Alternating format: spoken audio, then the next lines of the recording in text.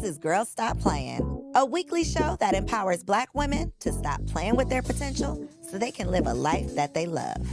I'm Koereyelle, your favorite homegirl, and I'm on a mission to help Black women make the money and get the honey. You can have it all as long as you're willing to work. This is the Girls Stop Playing podcast, and I'm your favorite homegirl, Koereyelle, here to encourage you to stop playing with your potential and start working for what you want in life and in love. You already know that I'm bringing you the information and the conversations to help you make the money and get the honey.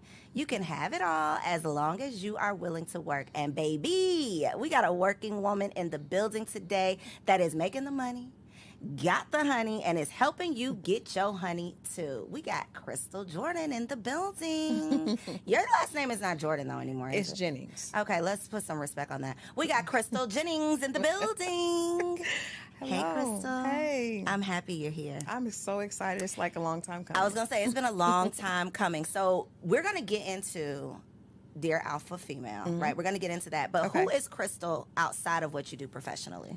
You know what? That's a great question because I had to learn that myself. For a lot of years, I did not know. I didn't know who Christal was outside of being a mom and a entertainment publicist.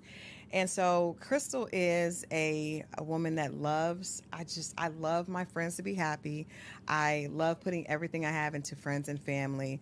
I'm also a bit of an empath. So I learned that I have to take breaks from certain things because I can get very, very emotionally involved and invested, right? But I think that's also what makes me who I am, just the fact that I really feel deeply for people. It also makes me great at writing, right? But I love my family. I love friends. I want everyone to be in their best, their best self. I want my friends to all find love and have love around them. And not just a relationship love, but just I want them to be in a good space, period. I'm always the one trying to check on, making sure that they're okay, making sure that they are in a good space. I love horses. I love riding horses. That's something a passion I was able to rediscover, later in life when I realized, wait a minute, what do I enjoy doing outside of work? And I would say riding horses and being on the beach are my absolute two favorite things. Riding a horse on the beach. And Hands I did down, that. That's you. I did it. Cabo? Turks and Caicos. Okay. Horse in the ocean. I did one at Cabo on the beach. I was like, oh my God, I've maximized my pleasure. Listen, I didn't realize that Mexican horses speak Spanish, baby. That horse was not listening to. They do. That was so scary. That was a scary experience. If you don't ride, see, I have a secret. All horses speak Spanish. Really? It's weird. I just feel like So an American horse is not going to be any safer for me? no. Okay. They do, and it's funny because I had a horse that would not listen to me, and a trainer and a good friend of mine was Hispanic. And I was like, oh my God, because he said something to her and she just started listening. And I was like, but I think that they have just a way with horses that, horses respond to energy, which is a good lesson. I think I learned so much about myself through my horse. So one of the things, I think the very first thing that came out of your mouth was I had to learn who Christal is. And having lived several lives, because I feel like we go through these seasons where in this season, 10 years ago, I was a totally different person than who I am now. What made you feel like you no longer knew who Christal was? Well, I think myself, like a lot of women, we tend to get engrossed in caring and nurturing for others, right? So I got married at 20, I had a baby. So I was in college, I was married, and I had this beautiful little baby girl, and I became mom and wife, right? Christal at 20, who didn't even know who she was, became mom and wife and a student. And then she went, and I had another baby a few years later. So I was a proud wife. And, as a mom, you put everything into those babies. And as a wife, you put everything into that man. And so, and then eventually I started my career. Well, at 31, my marriage ended, right? So I had been married for 11 years. Actually, we were together for 13, married for 11. So all I really defined myself as was wife, mom, and career, right? And so when I lost a big part of my identity when I was no longer a wife. And I remember thinking like, wow, I can't believe that one day this person woke up and basically took away who I am, because that was how I defined myself. So I took that wife, Christal, and I put that into work, Christal. And so Christal became married to her work. And I took so much pride. I took the same intensity, right? So at some point I started to burn out, and I started to have migraines. I was having migraines every day. Coincidentally, my business was doing the best it ever had. I was in a great place. I was earning more money than I actually thought that I would earn on my own with my own business. I mean, that was something that just happened accidentally. And I was like, wow, this is amazing. But I was so unfulfilled internally. And so when things looked the best on the outside, they were the worst inside, because I really had no explanation of who Christal was. Christal got up to serve others, be it her job or her children. And she was at no point serving herself. And so that's why I said it. I think it was, like you said, 10 years after. So around 41, I had to totally figure out, like, what do I even like? What do I like to do? Who am I outside of Enchanted PR? Who you are for everybody or my mom, else. Yeah, or being mom to Chanel and Stone. Oh, come on, Stone. I love that name.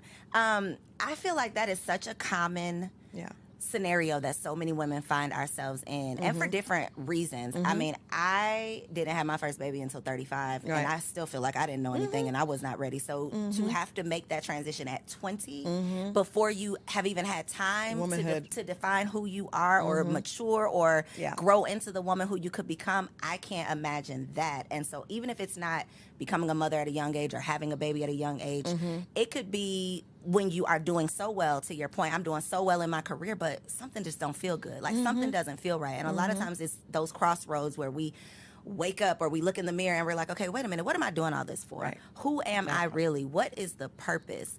And so I love that you can speak to like the evolution of, I recognized all of this, I learned some tough lessons, and now here I am. So I want to talk about some of these tough lessons, because you were on the Single Wives Live we did a couple weeks ago. We're going to do it again, y'all. If you missed it, don't worry, we're going to do it again. But you talked about the fact that you were married the first time. And I don't remember exactly what you said, but what you just said right now, he took it away from me. It brought back a memory that I had in that moment of where it felt like you didn't want the marriage to end. That's what I got from the conversation. So is that correct? Can you talk to us about what that looked like? Absolutely. And I think it's important for us to acknowledge. A lot of times we've been taught, you know, if somebody doesn't want me or something doesn't want me, I don't want it. It's one of the 48 laws of power, right? Despise what you cannot have. But it's also not something that works for real life. It works for business and it sounds really cool, but it's also not something that works for real life. And so I was so in love in my marriage. Things weren't perfect. As we know, marriage is never perfect. But I was really, really in love, and we went through some difficult times. And as a result of us going through difficult times, my ex-husband started having an affair. And I was devastated because when I mentioned, you asked me who I was, I'm someone that wants everything to be right for everyone, right? So I had this idea that I was going to have this perfect family, my kids, boy and a girl, dad, perfect, white picket fence dog. We had everything. And all of a sudden, he was involved in an affair, and the way I thought he should get out of the affair, he didn't agree with that. And he did not. And so he decided to end the marriage. And it really did feel like I had given someone else the ability to define me, because I took so much pride in being his wife. So, yeah, I was heartbroken. And coming from a mother and a grandmother that are like, girl, you better get over that. There was no place to actually just say it's okay to really mourn your marriage being over. And instead of actually mourning it, I just dove into work, right? You controlled what you could control. I controlled what I could control, and I did not allow those in my. I mean, I was basically a functioning depressive in a functioning depressive state, because I didn't know what to do with all this pain, and I didn't want to. Sometimes it felt physical how much pain there was. I mean, this is 13 years. This is the love of my life. Our families are ingratiated, right? Our children don't know anything else, and all of a sudden, one day, it's like, it's over. So when you say your mom said get over it in terms of the sadness of the divorce, what was her take on the infidelity? Did she tell you to get over that too? No, just leave him and get over it. Okay, leave him and don't look back. Leave him and don't look back. And I did.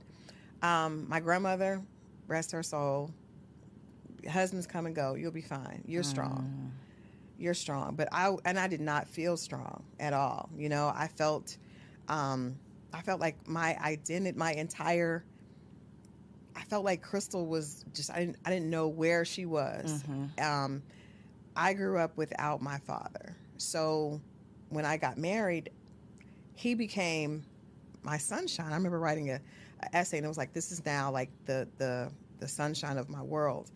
So, and that was dysfunctional, but you don't know it's dysfunctional until you get out of it, or until you know. And so, yeah, I definitely, there was no one I was telling my one of my mentors and my sister, Dr. Jerry Godhigh, like, I wish I had someone like that in my life, someone that says it's okay to not be happy about your marriage ending. It's okay to admit that you don't want that. Everyone in my family, they were doing this to help me because they wanted me to be strong, right? Girl, forget him. He wasn't doing you any good anyway. That makes you feel like, though, you have to act like that. You know, now I have to pretend like forget him, but I'm crying myself to sleep at night. I would leave, Koereyelle, I would leave, because I met you years ago when I was probably in this state, and I would come to events, totally made up with celebrity clients, and I would get in my car and I would cry on the way home because I didn't want to cry in front of my kids. And I couldn't cry to my friends because, girl, you're fine. Your business is doing good. That part, you got money. You got these celebrities. You should be fine. And that is what I think social media is making that even worse, because people think that if you got all of these things, not that you don't have problems, but I feel that people think that you should get over your problems. They do. Like you got all of this. You shouldn't be complaining about that, and that is unfair. If you and I'll take it a step further. As a woman, we judge each other by how we look, right? And so I probably look the best because I lost so much weight from being depressed. So I was depressed. I wasn't eating. I was miserable, but I was in this area that kept me in a very high profile position. And so people thought I was doing amazing, but I was the most miserable inside. And that came out later, with headaches and migraines that I couldn't get rid of. But I was watching the Wendy Williams docuseries, and I think that opened up an opportunity for us to have this type of conversation. You cannot judge a book by its cover, and money and fame and success do not. Basically, they are great to hide the pain, but they don't take away pain. And they're great to afford ways to alleviate not feel dealing with it. Right, that part. So it's not a good mix. Having a whole lot of money and poor mental health, not a good mix. When you talk about, though, the level of pain that you were going through, that pain, it's all emotion, right? Whether whether the pain is sadness or anger, usually it's still coming from that same emotion. Place, right. So when we say, oh, the bitter black woman, or you just, the type of woman that people are talking about on these podcasts, that woman, I don't think that we as a society, we don't give her grace to say and to recognize that she's hurt and she's not just angry. And if she is angry, she probably has a reason to be. It's a hurt little girl that can't be hurt, because weak is worse than being. It's better to be a bitch than to be weak in our culture, right? So it's better to be, and I've had my mentors say, Christal, you got to find that inner bitch, right? That's where you should do. And that comes from a scared little girl that wants to protect herself. I'm an animal lover, so I know when you look at animals that are sick are the most dangerous. They are the most, animals that are afraid are the most dangerous. I remember, I believe God sent my horse to me to teach me about myself. I thought she was mean as hell because she would not do what I want. She wouldn't submit. She was not friendly. She was afraid. And that fear created a bitch, right? But like I said, our culture, we will, as a woman, as a black woman, I was taught you can be mean, but you can never be weak. Can't be sad. You can never be weak. Girl, get up. My grandma said, you don't have time to sit around and cry. You got them kids to take care of. You got to get up. And so it's funny that the things that we tell our daughters are the same things that later they get penalized for. We complain about it when you grow up and are displaying the same things that we taught you as a little girl. And it's the same conversation that I've had several times about dating. Because when we're little girls, the only thing that most of us hear is don't bring no babies home, don't have sex, stay away from those boys. And then when you turn 35, everybody says, well, where's your husband? Why are you not married? Right. I mean, it makes no sense. So that is the whole point of having these conversations is so that we can teach our daughters or our sons a better way of doing things based on the lessons that we've learned, because we love talking about these statistics. But we don't look at why. I was talking to one of my girlfriends today, and I've had this conversation with my guy friends. Even when you talk about men, right? Black men in our community, most of them are teaching their daughters to be independent. And I said, you are teaching your daughter to be a woman that you would not want to date. And if a man is not there in the house, you're still teaching, because you're always teaching, even if it's intentional or not intentional. So my father taught me that I couldn't rely on a man because he wasn't there for me, right? And my girlfriend, whose father was in the house, he constantly taught her, make sure you can take care of yourself. Make sure you can take care of yourself. So those, and we know that when you're young, that is just porous ground. You plant those seeds. That little girl, my daddy said, I always got to be able to take care of myself. So then she gets to 28, 29, 30, and the first thing she knows, I got to take care of myself. And now we tell her, oh, you're an independent Black woman. You're going to be single forever. But I'm just doing what I was taught. I'm just following the directions my daddy gave me or didn't give me. Exactly. It's literally, it's literal insanity. The same thing we do to little girls, mothers do to their sons. They raise their sons to be the men that they hate. Absolutely. All of the things that y'all are complaining about, you are grooming your child to do the exact same thing. And men are training their boys to be a man that would not deserve their mother. Because when you encourage him to be promiscuous and you use it as a badge of honor, they use it as a tool of success. Don't worry about girls now. Get all the money that you want and then you can have all the girls. But he had a mom. So, and we know little boys' first love is their mom. And so that's a dysfunctional relationship that they're taught from the beginning. This is not what I should look for. What I should look for is to have the upper hand so I can have all the girls. And then the moms come along and say, oh, he's got money. My son is cute. He's going to be a heartbreaker. Ma'am. It's literally speaking. This is what we're speaking over our children. So I would love to know what were the lessons that you wanted your children to learn on the other side of your divorce? It's like we look at it like post-divorce and pre-divorce, almost like, post-Christ coming in after, because it was such a big impact on my kids. My son was 9 and my daughter was 12. That's a really horrible time to go through because they're both coming into their identity as people. And I think the biggest thing that I've wanted them to know is that they don't have to always be right. Because, I have a great relationship with them because I learned I was of the mindset that I had to provide and I had to make this perfect life for them. And when the life became unperfect, they still loved me. And I remember thinking like, wow, after the divorce, I didn't have the money that their father and his family had. And I thought, they're not going to want to be with me. But the fact that they said, Mom, we want to come with you, then I was like, oh, wow. So you don't have to be perfect. You don't have to be perfect as a mother. And I want them to know that as young adults, they don't have to be perfect. I made a lot of mistakes. Their dad made a lot of mistakes. But you can always pivot. And I think a lot of us we feel like we got to be perfect or we're hard on ourselves. And so I'm proud of them, but I always wanted them to know I was very open. Like, Mom didn't know what to do. She thought she did. She had you at 20. And it's okay to say, I need help. It's okay, not just financial help, but it's okay to say, I don't know what to do with these feelings, because I went to therapy and I put them in therapy. Right after the divorce, I had no idea what to tell my kids. And they were my everything. And so I said, I've got to get some help and I got to put them in some help. So they didn't want to go, but I made them go. And I think that it taught them it's okay to need help with my emotions. My motto is, my sons will not believe they have a strong Black mother. I am not a strong Black woman. I am, help me. I am weak. I am a damsel. Please help me. Open the door, pump the gas, whatever it is. I don't want you to think that I have it all together, because I don't want you to expect any woman you ever come across to be so strong and have it all together, and then she's weak if she's not. If she's not able to. And I think that our mothers did us a disservice. At least, I don't know about your mama, but my mama, I never saw her cry. No, she did the best. They did the best they could, but they were taught. We were taught. Our culture was taught. It all goes back. It all goes back to the root. But that's why it's so important for us to be intentional based on the lessons that we've learned, so that we're not just repeating that behavior. I was dating this guy because I had Koereyelle, I had a long period of dating that was not good, and I just let's talk about it. So post divorce, what did that look like? For a long time I didn't date at all because I was afraid. I was afraid of men just after going through such a traumatic experience.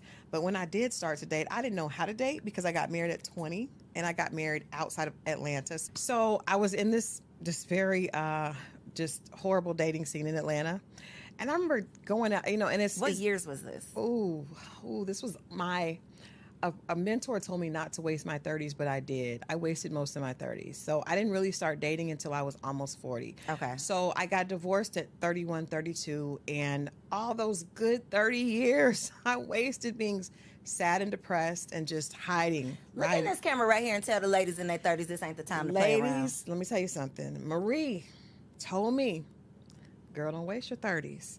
And I am telling you all, do not waste your 30s. Figure out how to get healthy and figure out how to love yourself and enjoy you in your 30s. That's the biggest thing I would want to tell women. Like, don't waste that time. I look back and I'm like, girl, you was fine. You had all those good years. Yes. But, you know, God works it out. He's a good God. But I didn't start dating until I was like 37, 38, really. So look at all the good time. However, but it wasn't too late, baby. It wasn't too late. So the husband came later, but first some very horrible experiences and then some good experiences. Okay. So, but I remember in particular going out with this guy, and I was working to the point where, because I work, you know, that's just what I define myself as. And I would work, and then I had the kids, and then he expected me to like do all the house stuff as well. And I was like, we're not even married yet. Like, you know, I don't live with you. And he said, well, my mom did it.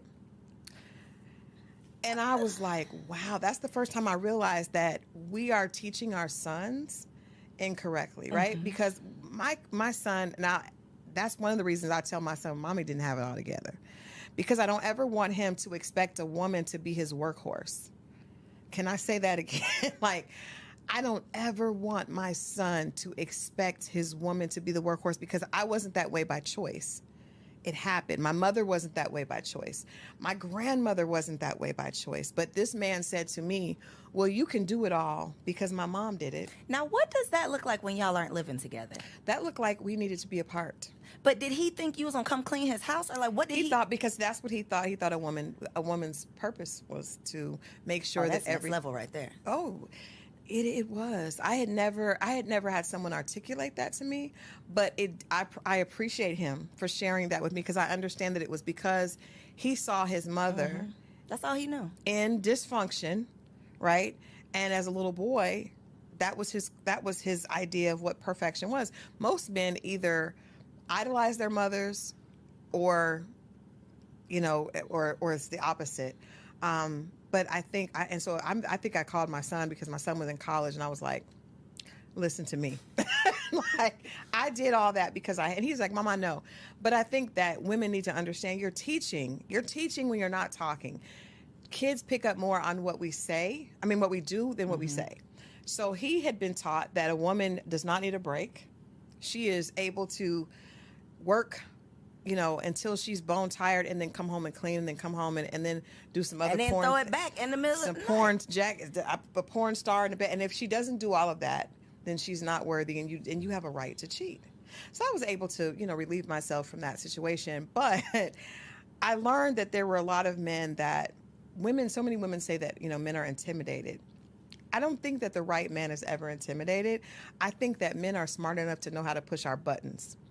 So when you have a situation, because women, we tell, especially when you want to find love, you meet a man and you tell him everything you want, because you're hoping that he's going to step up to that, and he's listening to everything you said. Mm-hmm. And if he sees you as a wife, he will act accordingly. And if he doesn't, then he's going to play games, and you've given him the playbook. Mm-hmm. So he knows that you probably are an overachiever. For us, you know, what I define as alpha females that are overachievers.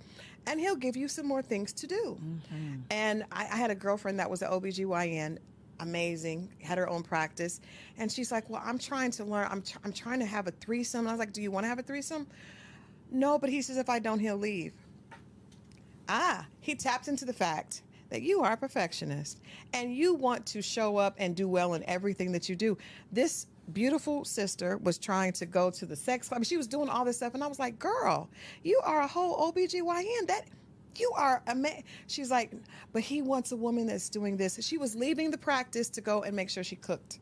Girl, what happened with these people? Are they still together? No. Did she have a threesome? No, she didn't have a threesome. No, but what I'm telling you is, it sounds crazy, but in the minute, because you got to realize, especially right now, the season is ripe for everyone is dumping on career women, right? It's fun. Mm-hmm. Oh, well, you think you're all that because you have that degree, but what do you do in the kitchen? What do you do in the bedroom? And so those of us that are overachiever, well, I can do it all.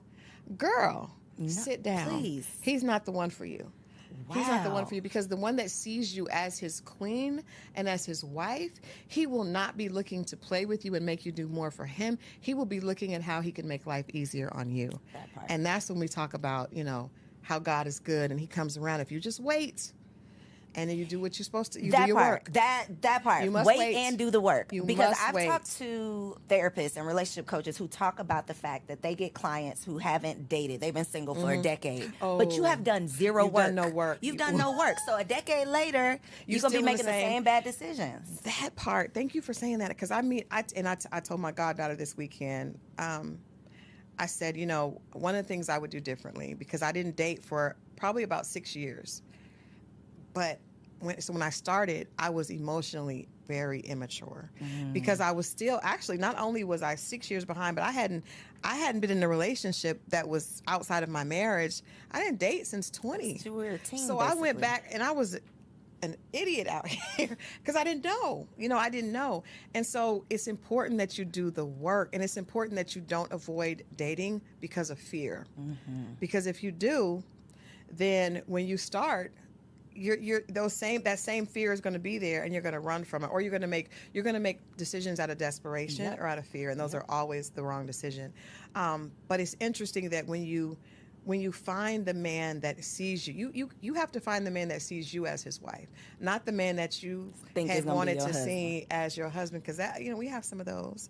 But it's really important that he sees you that way, and then you will be able to tell the way he treats you, the way because There's it's no totally question. different. There is literally no question. And it sounds, until you have experienced it, it sounds like, oh, they just saying, it's like that when you know, it sounds like, okay, that sounds real good. But the way that you are treated, like being loved properly, Right. it is like a totally different experience. And it will make you say, what the hell was that? What was I doing? What was I doing and why? Like, what was wrong with me? But a lot of it is how you treat yourself. And so for me, when I was dating before, I wasn't treating myself well.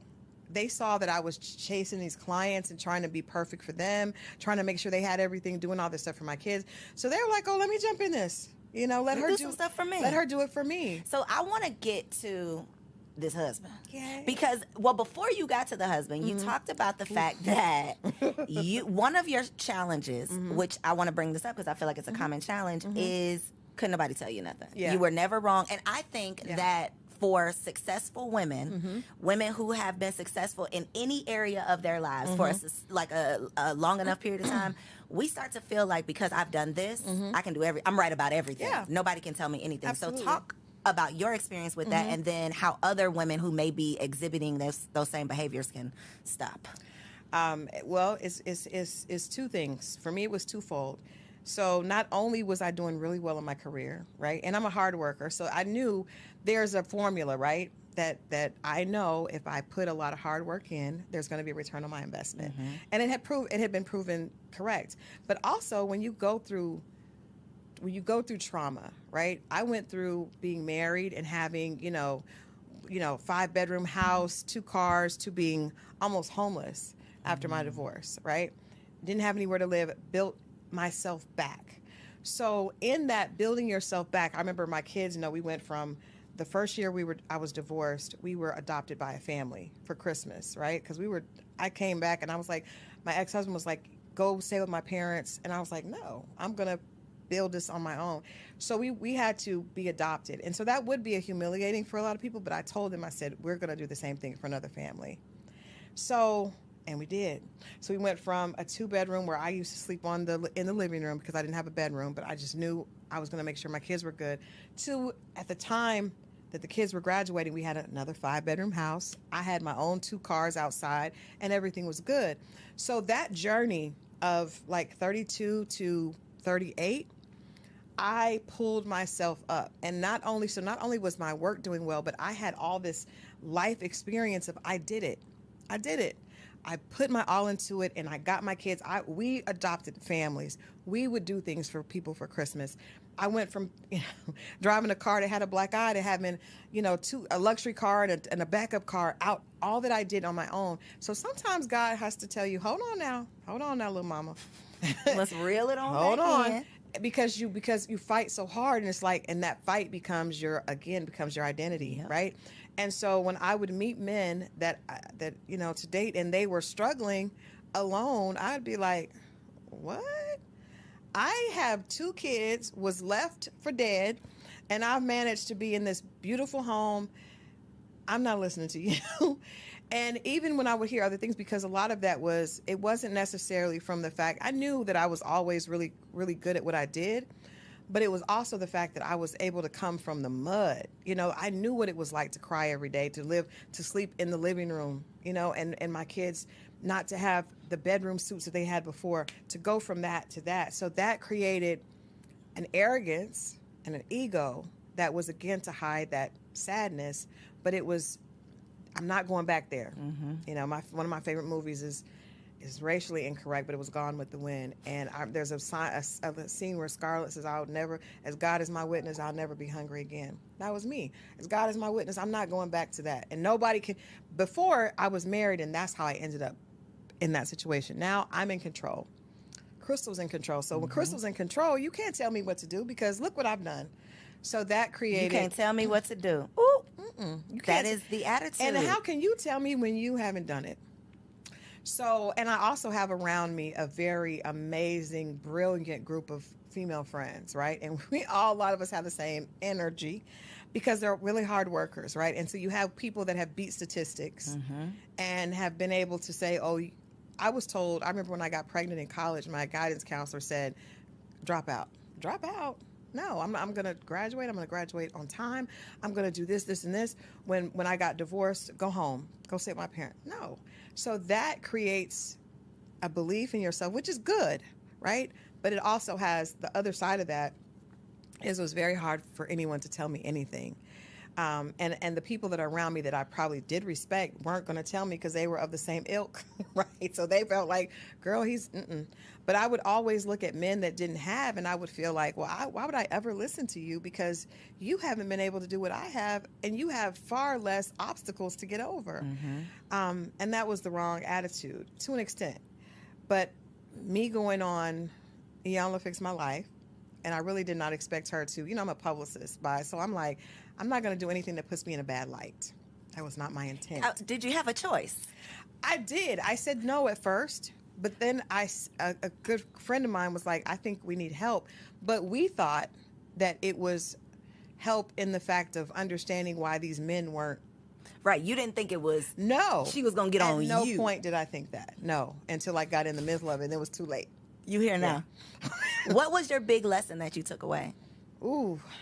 First of all, I think that I'm smart enough to listen to someone that makes sense, right? So the things that Miss Iyanla Vanzant were saying, they were very, very raw, but it was also a woman that I respected, and that I knew she wasn't lying, because it was true. What she was pointing out to me was true.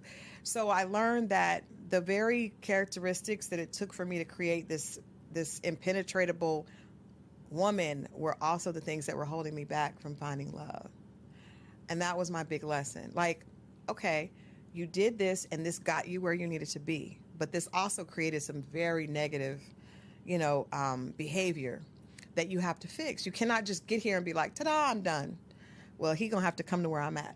Well, no, ma'am, that's not how that works. And all this has been built out of fear and pain. So now we got to deconstruct that. You're not going to, Christal's still going to be hardworking, right? Christal's still going to be smart, but Christal doesn't have to be afraid of being hurt. Christal doesn't have to live in desperation and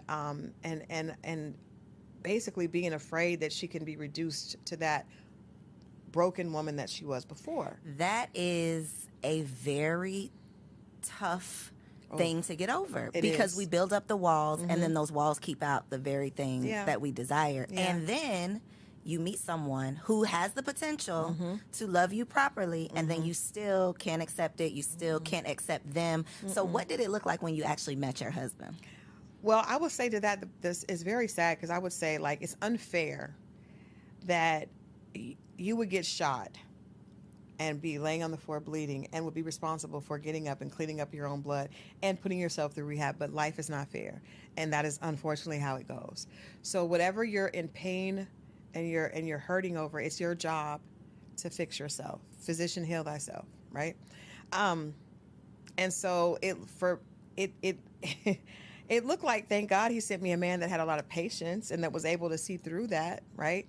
But I had done a lot of work on trying to realize that the things that I was holding dear were things that I was afraid of. So I had built all these things that I wanted in a partner that really had nothing to do with being loved correctly. Like, I had a very long list. And on that list were some things that made sense. And then on that list were some other things that did not make sense. And so I had to, when I met my husband now, he didn't meet some of the things that were on my list, but I was thankfully bright enough to pay attention to his actions. And his actions were, I literally did not think a man like this existed. I really didn't. And I had heard it, and I could believe it from my friends. I remember seeing, some people, different people online going through things. I could believe it for my girlfriends. But not me. But I just, because you don't know what I've been through. Like, all that time of fighting, it does something to your self-esteem, and this is another thing. I was loving myself with conditions. What does that look like?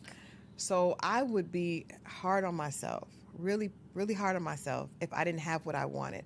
So I've always been a perfectionist. I always was like that. So I was the kid in class that was angry if they got a 95. I wanted 100. I was always like that. So when I was, single, I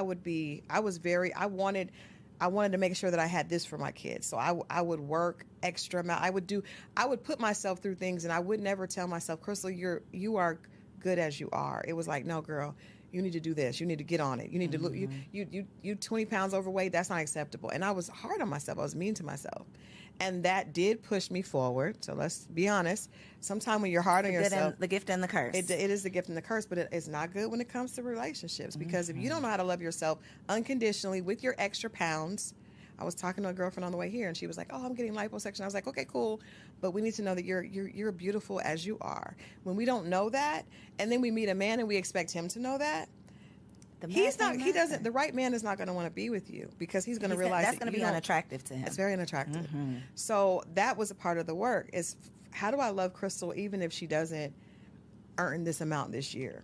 Because me and my girlfriends are very results driven. We get together, we look at our vision boards. What is your work plan for next year? What do you, and I love it, because we push each other forward. But at some point it needs to be like, girl, even if you don't achieve that, you're still good. You're still good. So when you went to Ayala, you got yourself together, you met your husband. How did your transformation affect your friends who may not have evolved or went on Ayala? Well, I think the beautiful part is my friends, because I'm a writer and because I talk, I have conversations on relationships. I was a relationships editor before I was in a relationship. And I remember thinking, that's weird. And I don't want to be that person that's talking about relationships that's not in one. So what I did is I just talked about everything. I would write about things from a positive perspective. And one of my girlfriends challenged me to do that. She was like, Christal, it's enough negativity about Black love. At least when you write from this perspective. And I didn't know it to be true. I was writing what I thought were lies. But so I had an audience. So I think my audience extended outside of my immediate friend group. So when I got married, at my wedding, so many of my friends got up and told my husband, I'm not going to get emotional, because that's what this moment was just so emotional, because so many of them told him, she deserves this so much. And I did not know that they saw me that way, right? So, guy friends and female friends were like, oh my God, we're so happy that you came. She's so happy. We've never seen her like this. And they've seen me successful. They've seen me enjoying things, but they've never seen me in the essence of Christal, because there's something about you when you're being loved. And I have love for my children and love for my friends, and there's nothing that I want to take away from that, because I have an amazing group of friends. I love my babies to death. And I have a great group of just my outer circle is amazing. But there's something about when a man is loving you the right way, that makes you feel like a woman in a totally different way that you feel You're when you're lighter. not. You're lighter. And they responded to that. I almost felt bad. I was like, he probably is like, what was she doing for? Well, damn, what? Because everybody was like, oh my God, we're so glad you're here. But I think, and I've had so many people, my immediate friends, and even people I talk to online, say, I believe it. I love seeing what you, because they saw me. They saw it. Unfortunately, the world saw it on the young. But look at the other But look side. at the Because other if they side. see that episode and then they come Yeah. Googling you, it's like, oh, she Yeah. got her shit together. And look at her now. She did. I'm going to say this. Let's don't say she has her shit together. Let's say she's Working on her it. She's working on her shit, because my husband still tells me, that's one of the things we still go back and forth about. And you have to learn. If I could tell women anything being single, I understand work is important, because we have got to get, social media has convinced us that the most important thing in life is getting the bag and being snatched. So it's contour and couture, right? But if you don't work on loving yourself and finding out who you are outside of that, it's going to be very difficult, even when God does send an amazing man, because you're not going to know how to receive it and just to be loved. It sounds cliche, but you know what I mean. It's not easy. It is not It's not easy. I talked to Coach LaTanya. I talked to another one of my mentors, Miss D, Dr. Jerry. God, I talked to all these women that are married and understand, and they're telling me, Christal, there's still so much work to do. But the beautiful thing is, I recognize this man because of the work I had done. I recognize, wait a minute, this may not fit the exact profile, but I've never been treated like this. And then understand that you deserve it, right? And Not then running away from not running it. away from it, even when it's easier to run, and having to adjust. So many women are like, well, he has to do. No. The very idea of being a wife means that your job is to make that man better and serve him. His job is to make you better and to protect and serve you. But so many of my friends and so many women I see online are looking for a man that can do for them. And I know, well, you're not ready. Because if you're ready, then you know that marriage is about sacrifice. And so what are you willing to do for the right man? How will you serve How will in you your serve? marriage? That is not the conversation that we see on social media. At all. How can he bring the money to me? That's That is because those are all ridiculous. single people having those conversations. They That's why. are. Because They the married stay people, single. and they're going to stay single. gonna stay Married people single. know the sacrifice that marriage takes, and that even if you have the partner for you, Right. it is still work. Oh, it's still work. It is still work. It is always going to be work, but it is work that is well worth it. And I think if you find a man, and I think, our gut as women, we were given a gut instinct. I feel like it's God's way of whispering to us. We ignore it. Yep. But so when that fool was telling me that I needed to be the workhorse like his mom, I remember the older I got, I was like, I recognize things. Even I dated some great guys. They just weren't the guys for me. And because I started to be able to be in tune with that, with Christal, once I started to love Christal, she started to speak to me in a different way, because before she was just chasing.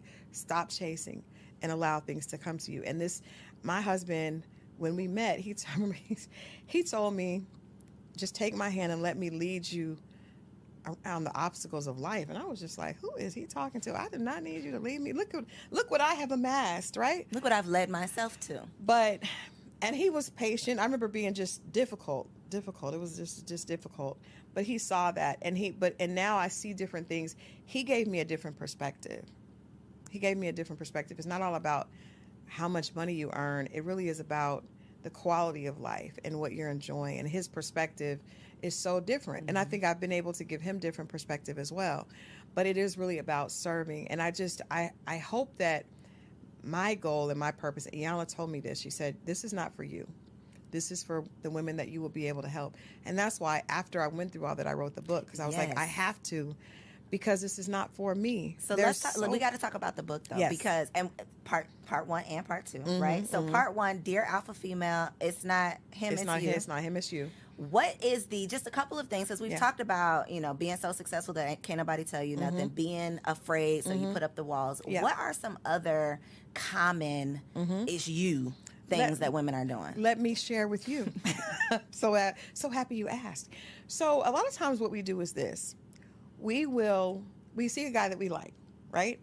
And he has all the bells and whistles that say no, but we are attracted to it either because he has the financial portfolio that we think is a good fit for us, or he may have the look. He may be fine, and you just be like, or he may be able to do some things to you that make your body say yes, right?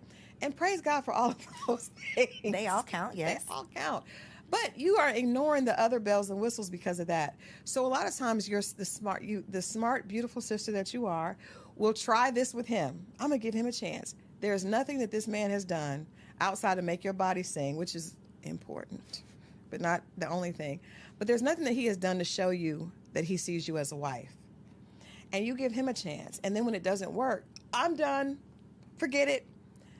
Men are all bad, and I'm not, and you want to argue, go online, talk bad about men, but you chose that man. You knew deep down inside, you knew that wasn't right, and you used that as a defense and a block. And the right man doesn't have a chance now but you made that choice, sis.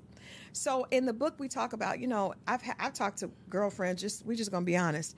That man is married. Okay, he's separated, but he's married. That's not your husband. But you can give me 8 million reasons, and that's fine. But then when that doesn't work, you're going to use that pain and say, well, this is what was done to me. I was hurt. Well, you hurt yourself. Yep. You hurt yourself. The lack of accountability. So you must, if you're talking about, we want to talk, because women love to dig into, well, this happened to me, and I didn't deserve it, and none of that.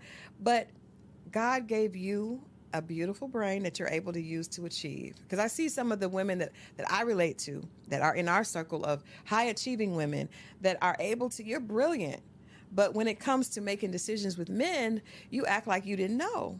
You knew. You knew. You knew. And if you didn't know, then you weren't in touch with yourself. Yes. Because you weren't listening. So when we're using those examples of men that we had no business being with anyway, and you use that as a reason that you're not giving someone else a chance, sis, that is you. So that's just one of the examples, because that's one of the things that we do a lot. We love to make the wrong decision and then use that as ammunition against the next guy. Yep. But that is all on, and I've been there. We all have been there, which is why there's no denying it. It's like we've all made bad decisions. Ask me how I know, because I did it. Because we've all done it. Wasting years. It's a journey. Wasting time. So the first book, people were a little, not that they were upset, but people don't want to be told that it's you. You are the problem. Yes. So as a solution to the first book, there is a second. I have a second book that's coming out this summer. But when I realized the response for women, I do feel like I need to double down in a way. I want people to get the message, which is why we're doing another edition of it. But the reality is, when I went on Iyanla, I was in tears. That episode, she told one of the girls was me and 3 other colleagues, and she was like, "Well, this is what happens to me." And she said, "Well, if dogs keep ending up at your door, then you need to up the wattage on your light. Maybe what is it about your light that's dim that's attracting all these dogs?" We were in. She didn't take it easy on us, right? She was not playing with us. And that's why I believe that women, at least the alpha women, women that are leaders, and I know people hate that term, but it's just about a woman that has leadership qualities, right?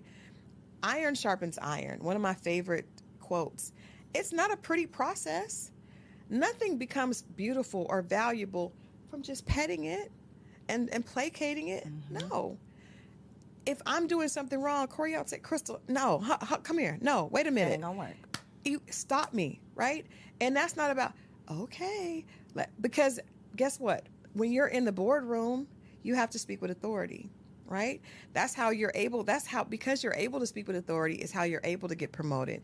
You speak with authority on your platform. You can't get on there and well, I don't know really how. I'm thinking, girl, ain't nobody listening to that. So I think that it may be uncomfortable. It was uncomfortable for me, but that's what I needed. The people that were giving me, "Oh, Christal, you're amazing," they weren't helping me. Yep. They were not helping me. So yes, I have another edition coming out, but I think that the interesting thing in this book is this Dear Alpha Female, it's not him, it's you. And I meant that, and I mean that still. But it's an interactive devotional designed to help you attract the love that you deserve. And nobody picks up on the fact that I'm saying you deserve love. The fact that you have been in leadership positions and you have these things and you're still struggling when it comes to relationships doesn't mean that you're not worthy. It means that you just have some more work to do. And you're fine with work because you have Your working ass. You can do this work too, sis. You got the degrees, you got the positions. You're okay with work, but you can't assume that you can work over here and not work over here. Christal, you know that was literally my whole message with the Single Wives Club. It was, what is the work on yourself to get what you want? But I was met with so much. I'm not about to do nothing for no man. Or why would I want? It's like, it's for you. It's for you. It's for you. And to your point, the same tenacity that we pursue these degrees and these careers, and we will take a class and hire a coach and do all of the things, but when it comes to your relationship, you think he's gonna fall out the sky and just fall in your lap and then he's sweep supposed you to off your feet. He's supposed to just deny everything else with your non-emotionally mature behind, Take you as you and are. just take you as you are, and you don't know how to speak to him. You don't know. I very rarely hear, especially on social media, which is why I'm so glad you're doing what you're doing. I rarely hear women speaking about, what accountability do you have to a relationship, right? None. All we want to talk about is what he's supposed to do. And that's why I can understand why there is a backlash from men to an extent, right? But at the end of the day, we need to be figuring out, how can we love each other? How can we love ourselves first? Because you can't be empty and be a good partner. But if you're willing to go under a knife to make yourself look beautiful on the outside, why are you not willing? Why is it such a...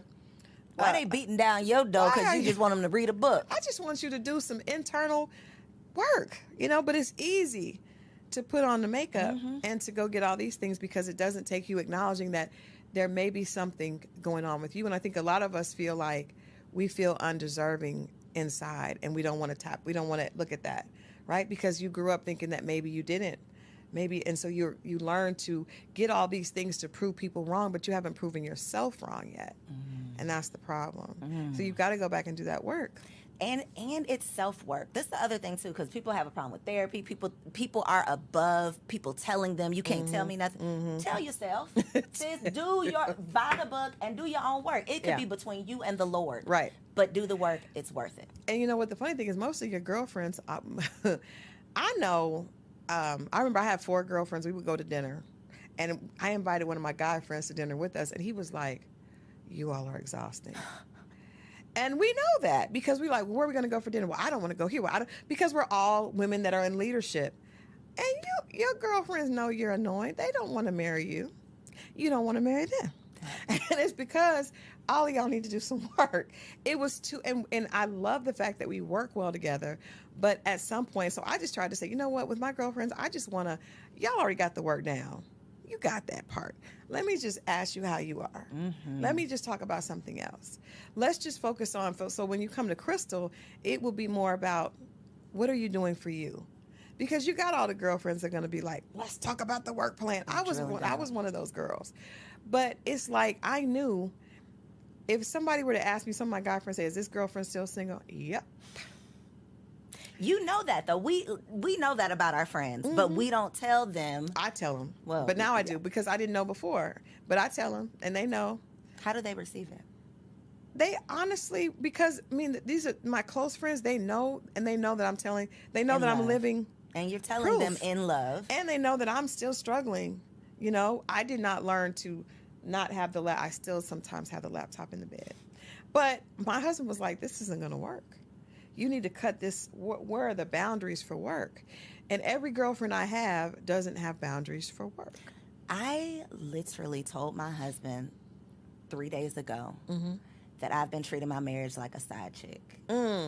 And I've decided that my marriage is going to be my business. That's what y'all need. That's it right there. Yeah, that is it. That's because it. Even if you meet the man, it's not going to just magically, you're going to just throw your laptop and close down your business. You're not going to do that. I'm so struggling. It's still, listen, it's a constant struggle. And I think that hit me kind of hard, Koereyelle, because I probably... If my husband sees this, he's going to be all in my face. I don't want him in my face. Leave us alone. But I'm trying. I'm working on it. He knows I'm working on it.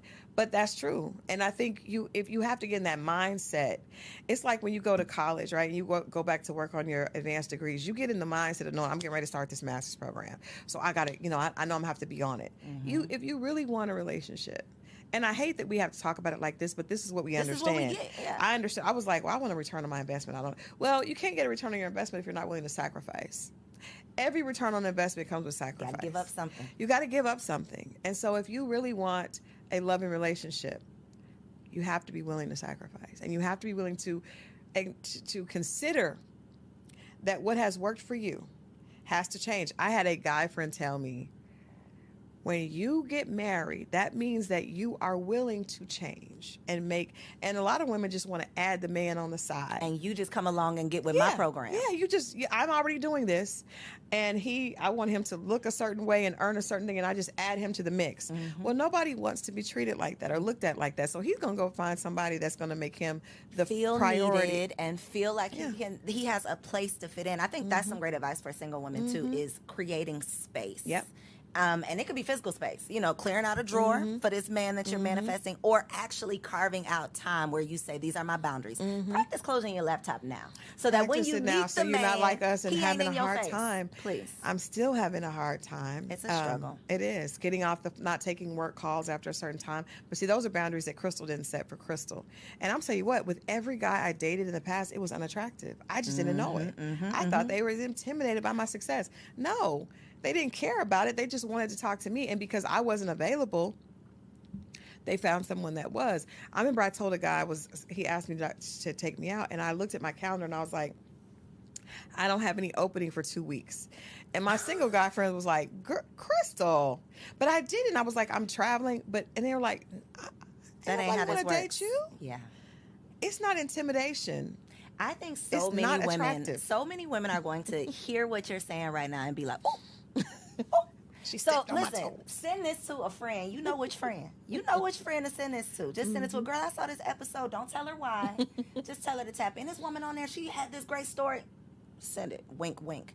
Please look in this camera right here, though, and tell them where can they order their friend a copy of this book. Yes, get one for you and your friend, because if that's your friend, usually birds of a feather flock together. So I know for me it did. And actually, one of my best friends wrote the foreword, Chili from TLC, and she wrote the foreword. She and I both are in beautiful relationships after both being single for a very long time. But you can go to Amazon.com. You can go to Barnes & Noble. You can go to Walmart. Any place. You can go to my website. You can go to dearalphafemale.com. You can go to The Real Christal Jordan. But, get the book, and I promise you, there's information here that you'll be able to relate to. We talk about how the alpha personality, for most of us that are overachievers, it was created when we were little, right? I was a straight A student that always had to be on the honor roll, always had to do this, always breaking statistics. It's a beautiful thing. It's like black girl magic, but what's on the other side of that magic, right? On the other side of that magic. And so please get this book. It really is, it's time for us to allow the overachieving little girls inside of us to relax. We owe her thanks for carrying us thus far, but it's time for her to exhale. It's time for her to let go of her fear. It's time for her to be loved unconditionally, and it's time for her to grow. This is my love letter to all my alpha sisters. So if you want marriage on the other side of that black girl magic, log on dearalphafemale.com. Check out my girl Christal, and I will catch y'all on the next episode. So if you made it this far, I just know you loved that episode. Well, what you did not know is that we recorded it right here in ATL at Elevate Studios. Yes, your girl has her own studio, y'all, and it's not just for me. I'm opening it up for you too. So if you have a podcast, if you are a vlogger, a YouTuber, or a content creator, and you are looking for a professional studio to record your content, or you want to hire me and my team to fully produce your content, make sure you check out the show notes below or log on to elevateagency.com.